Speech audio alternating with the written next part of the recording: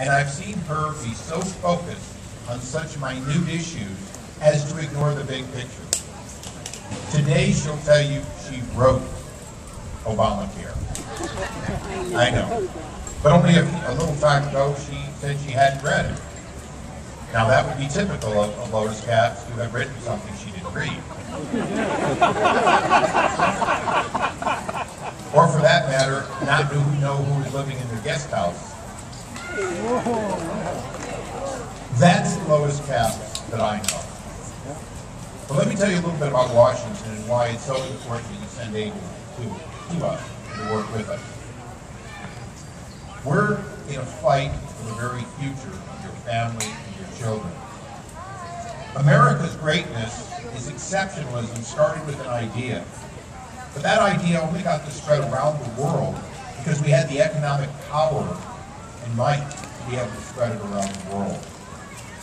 Dwight David Eisenhower wasn't able to be the great general he was and save the free world if, in fact, the auto, steel, and rubber in America wasn't working to create the tools he needed to win World War II. Ronald Reagan would never have ended the Cold War if we didn't have the economic power that, in fact, a failing communist system didn't have. Barack Obama and the 2016 movie that many of you, hopefully all of you, will see, is about an idea that we should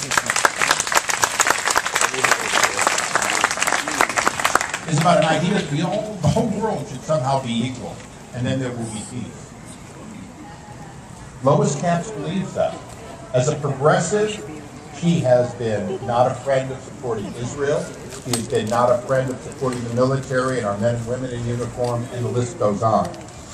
Let me explain to you the one thing that I've learned traveling around the world. And John said, well, you know, after your 45-minute speech on foreign affairs, then what will you talk about? I said the gold standard, and then I'll get to Fast and Furious. He said, skip the Fast and Furious quicker.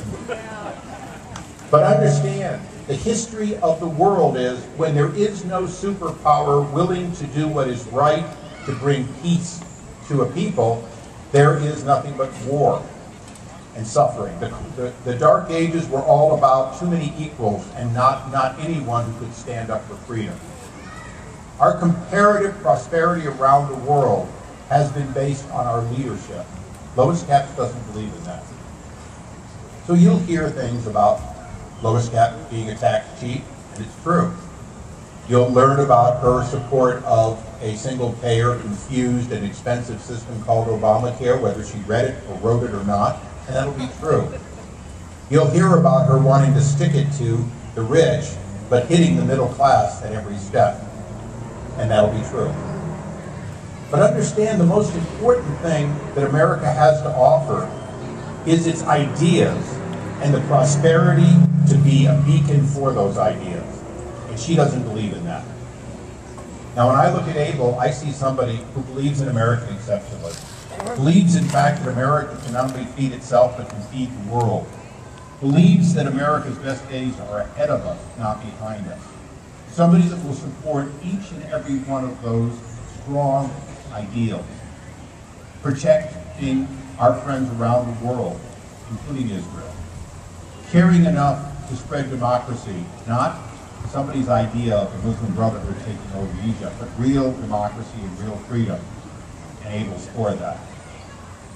Now, I work with Speaker Boehner, Leader Cantor, and Kevin McCarthy, and all the other chairmen, including Paul Ryan, who I expect to soon be stepping down as chairman to take a role of being technically a senator.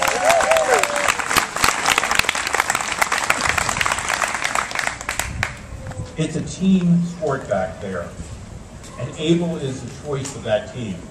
Every chairman supports him. Every chairman in the Republican Party in Washington supports him. Kevin McCarthy has come out and campaigned for him. Speaker Boehner has come out and campaigned for him. Leader Cantor's come out. Every one of us has donated the maximum allowed to this campaign. And there's a reason. We don't get very many Abel Maldonados coming our way. The amount of people who have signed the front of a paycheck who come to Washington are few and far between. People who understand the sort of subtlety, and I'll close with this, and as John asked me to touch on Fast and Furious. We all laughed at the president who said, you know, you didn't do it alone.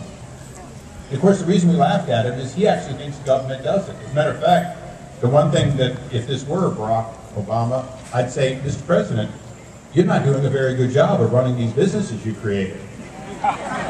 We're not creating jobs. Prosperity's not happening. And of course, the guy who says government created it would immediately go toward, well, rich people are in the way. Let's just take their money and somehow I'll be able to create more prosperity. But the Abel Maldonados are essential to us understanding how prosperity is created, how jobs are created in the private sector. So I need him there. The whole team needs him. Now, as John Congressional said, there were a few people questioning a little bit of holding the president accountable. Now, the amazing thing about the president is, for the most part, we've discovered he doesn't know or do anything related to all the wrongdoing in government. It's a consistent pattern that he's never there when things go wrong. He championed and even visited Solyndra, but of course he knew nothing about the loans that were done illegally. He knew nothing about an email that I should carry it with me. Excuse me, my favorite email from the Solyndra scandal. It's a Gmail deliberately written around the government reporting system in hopes that we wouldn't get it. And we got it from a whistleblower. The email says, we need to get Solyndra $4 million more. It'll keep him alive for a week longer.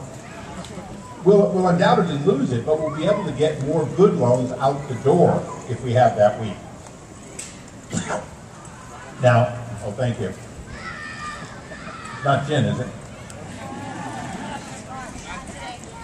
Vodka. But seriously, very, very seriously, this is what we've been dealing with. Now, Fast and Furious is different than Solyndra or any of the other energy scandals or any of the other scandals, especially the EPA scandals. Here's the difference. All of us who love our freedom, who respect our government that we hire, I'm your employee, rely on certain things that we don't know about to be done honestly. We rely on the Secret Service to do their job honestly. We rely on the CIA to do their job with integrity and accountability. We rely on all kinds of things that are secret, including much of what the Justice Department does, wiretaps, grand juries, secret investigations. We rely on that to be done with integrity by men and women, both career and appointed. And they broke that trust. They didn't tell the Mexican government. They hid it from even federal employees. And then when we discovered that Brian Cherry was killed with weapons that had been given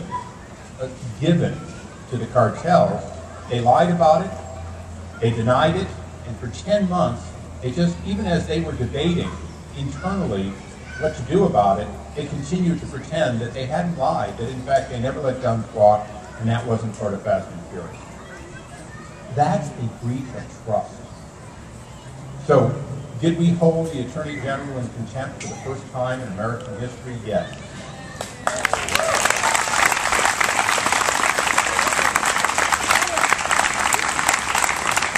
As long as I'm chairman, and I, by vote of Congress, head up the suit with, in the federal courts, we will get to the bottom of every document related to everyone who was part of that cover-up. And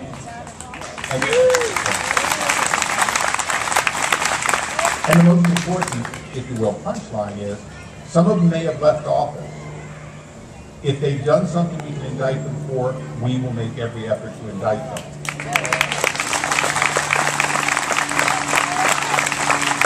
Now, I know this is a mostly Republican, all conservative gathering, but would the lawyers raise their hands? Now, for those brave lawyers, Republican lawyers, I want to tell you, almost everybody that were part of this cover-up are attorneys, including Eric Holder, Lanny Brewer, Jason Weinstein.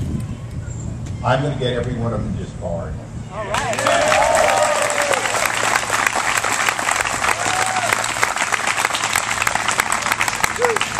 And then last but not least, we're going to plant rules, regulations, and laws that make it clear that they can never do this again. We're going to empower the inspectors general to have better oversight. we're going to make those changes. And we're going to make that in a Romney-Ryan administration, one that really does care about transparency and accountability.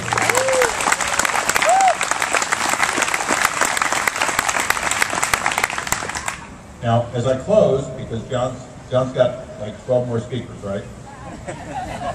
You got 35 minutes left. I got 35 minutes left here, John.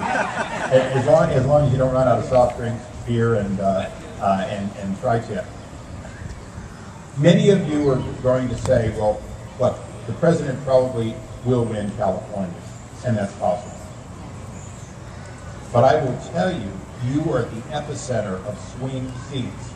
Opportunities to win Assembly seats, Senate seats, and most importantly, Abel Maldonado sending him to Congress. We have an opportunity for California that used to have 23 or 24 congressmen and women who were Republicans back when we had 52 seats. You have the possibility to be part of making that happen again. My expectation is we will take this seat. We will take enough seats to be in the low to mid-20s instead of 19 congressmen. And the power of California, the influence of California, when our numbers are rising and we're sending leaders like Abel Maldonado to Washington to speak.